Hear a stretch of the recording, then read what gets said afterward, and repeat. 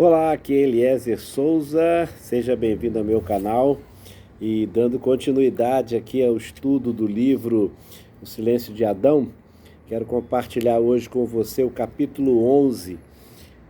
Nosso grupo já está lá, praticamente concluímos o capítulo 13 e vamos encerrar o estudo com o capítulo 14. Então eu estou um pouquinho atrasado aqui com os vídeos, mas hoje eu já compartilho o capítulo 11, o capítulo 12 e amanhã, se Deus quiser, o capítulo 13. E no capítulo 10 eu compartilhei sobre a passividade do homem, né? O homem que é dominado pela sensibilidade, é sensível demais, né? Ele é dominado pela sua carência, pelas suas necessidades. E agora, nesse capítulo 11, nós vamos falar sobre o homem que é dominado pela agressividade. Esse homem que é dominado pela agressividade, ele tem um comportamento, e durante esses últimos dois vídeos, o anterior e esse, a gente está falando desses dois tipos, são dois extremos de um mesmo espectro, né? Então você tem ali numa extremidade o homem sensível demais, e você tem agora na outra extremidade o homem agressivo demais. Então eles estão em polos diferentes e precisam, ou melhor, tem suas características, né? Já apresentei as características do homem sensível e hoje eu vou compartilhar um pouco então sobre o homem agressivo, né? Qual é o comportamento, como vive esse homem agressivo. Mas antes, eu queria falar um pouco sobre o nosso padrão, porque temos que convergir das extremidades para o centro. O centro seria a pessoa de Jesus Cristo, o homem mais equilibrado de todos, né? O homem que foi extremamente sensível enquanto necessidade e o homem que foi extremamente agressivo naquilo que precisava ser. Então esse é o homem perfeito. Então, nós que estamos em uma dessas extremidades, precisamos olhar para Jesus, vê-lo como modelo, como exemplo de masculinidade, e então nos voltarmos para ele, porque o que Jesus fez? Ele tinha o seu propósito, ele lutou pelos seus propósitos, ele abriu mão daquilo que ele efetivamente era para cumprir um propósito, cumprir uma missão. A sensibilidade de Jesus nunca levou ele a uma autopreocupação, a uma reclamação, a murmuração, e ele também abriu mão de coisas que ele tinha. Isso está muito bem expresso lá em Filipenses capítulo 2, ele não tendo por usurpação ser igual a Deus, veio em forma de homem, né? E ele também, sabendo dos propósitos da sua vida, ele cumpriu de forma, especialmente o propósito de revelar o Pai, ele cumpriu isso de forma excelente, e até hoje o nome de Jesus é reconhecido como Senhor e Salvador, e a história de Jesus na Bíblia revela o Pai, como o Pai é, como o Pai foi, como o Pai é. É difícil falar, né? Porque Deus é eterno, Ele é, Ele foi, Ele será, mas em Cristo, a gente, na história de Cristo revelada, a gente vê que Cristo então revelou o Pai, né? Por que ele fez isso? Porque era a missão, era o propósito dele. Ele entrou na escuridão. Olha que coisa interessante, ele vivia no céu, desde sempre, ele é eterno. Ele passou por Belém, dentro do útero, na escuridão do útero de Maria, e depois ele nasce e ele vai então para o Gólgota, para o Calvário, ele adentra a escuridão do meu pecado, do seu pecado, para que nós pudéssemos ser salvos, né? Então Jesus encontrou a coragem para fazer aquilo que o chamado dele exigia. Então, seja o homem dominado pela necessidade ou o homem dominado pela agressividade, nós temos o exemplo de Jesus que adentrou na escuridão para cumprir o propósito, e esse deve ser também o que eu devo fazer, o que você deve fazer. Então é muito interessante ele é o nosso exemplo perfeito de sensibilidade e ele é o nosso exemplo perfeito de força, né? Esse é o Cristo que nós cremos, que nós seguimos e que é o nosso exemplo de masculinidade. Eu coloquei aqui, anotei no capítulo 11, e eu queria compartilhar isso com você, só voltar aqui para não ficar fora do vídeo. 2 parágrafos que eu acho que é importante eu compartilhar com você, tá? Os homens com sensibilidade bem desenvolvidas, em geral, lutam com sentimentos de inadequação, uma tendência à autopiedade e à queixa e uma aflita sensação de descontentamento. Os homens mais conscientes de sua capacidade de se mover, parecem dedicar mais energia às tarefas do que às pessoas.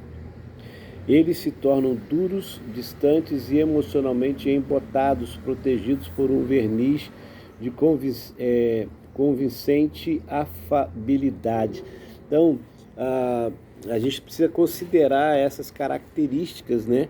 Esses detalhezinhos da vida do homem, seja ele dominado pela necessidade ou dominado pela agressividade.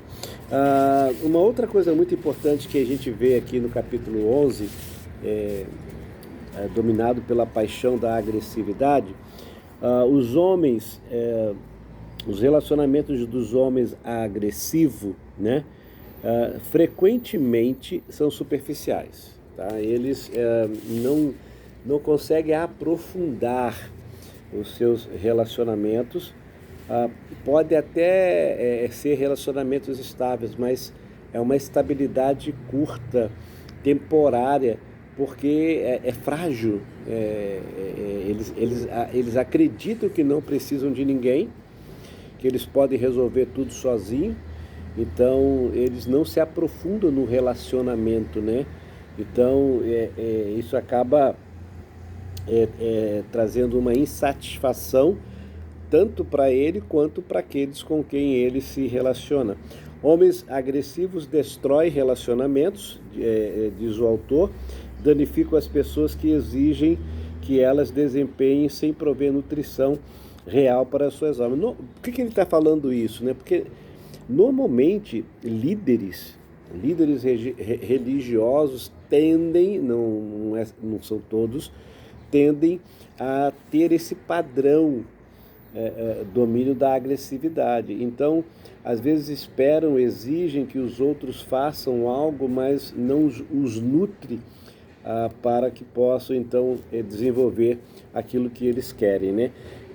Como são as mulheres, então, que estão em relacionamentos com homens que são dominados pela agressividade? Normalmente, elas se sentem indesejadas e depressivas em função dessa agressividade desse homem que está numa extremidade do espectro. As vítimas dos homens agressivos são responsáveis, ou melhor, as vítimas dos homens agressivos são responsáveis pela forma como escolhem agir, mas não por quanto sofrem. Qual é a tendência dessas vítimas, né? As vítimas são propensas a depressão, ansiedade e vícios. Então, o autor está apenas dando características tanto das mulheres quanto de pessoas que se relacionam com os homens agressivos, como que essas pessoas acabam se sentindo em função daquela agressividade. Os homens agressivos raramente mudam sem primeiro enfrentar o impacto destrutivo que tem sobre os outros. Então, quando ele perde, quando ele percebe que destruiu relacionamentos, machucou pessoas, então pode ser que ali esse homem, ele começa então a perceber, tá, o quanto ele tem de impacto destrutivo na vida daquela outra pessoa, e pode ser então que ele comece a refletir a respeito daquilo que domina ele. Os homens agressivos têm em comum 3 características que subjazem sua agressividade. Então, Queria compartilhar isso também, que eu acho bem interessante, né? Esses homens que demonstram, né, serem fortes e tal, eles, segundo o autor, têm 3 características: a insegurança, a superficialidade e a incompreensão. Então, esses homens, eles acabam indo para uma outra extremidade do espectro e acabam, então, achando que pode viver sozinho, diferente do homem sensível, que é dominado pela necessidade, ele depende dos outros ao ponto de querer até usar os outros.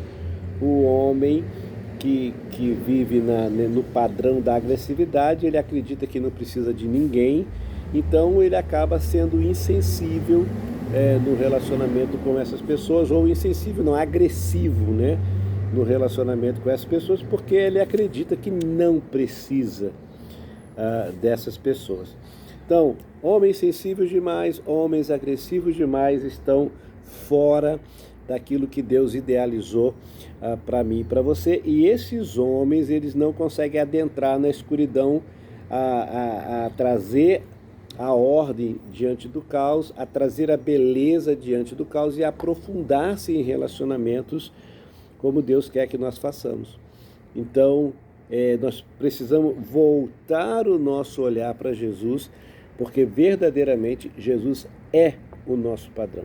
Então, no espectro, numa ponta o homem dominado pela necessidade, pela carência, no outro o homem dominado pela agressividade, pela força, e no centro, então, Jesus Cristo, que é o homem perfeito, tem a masculinidade perfeita, e ali ele foi sensível quando era necessário e foi agressivo quando era necessário. E esse quando ele entrou na escuridão, veio do céu, passou por Belém e foi até o Calvário, na escuridão do meu pecado, do seu pecado. Então, homem, aqui fica o desafio para que você possa voltar-se para Jesus, conhecer a vida de Jesus e como Jesus, então, se comportou diante das circunstâncias e entender que Jesus encontrou coragem para cumprir o propósito que ele tinha que cumprir. E eu e você temos um propósito: adentrar na escuridão, adentrar no caos, para trazer ordem, beleza e profundidade nos relacionamentos. Que Deus abençoe você. Espero que esse vídeo ajude você. Se você gostou desse vídeo, deixe o seu like, compartilha ele com outras pessoas para que eles também possam crescer com esse vídeo. E se você ainda não é inscrito aqui no meu canal, eu peço sua ajuda para você se inscrever e a gente vai então levando esse conteúdo a mais pessoas. Um grande abraço, até o próximo vídeo.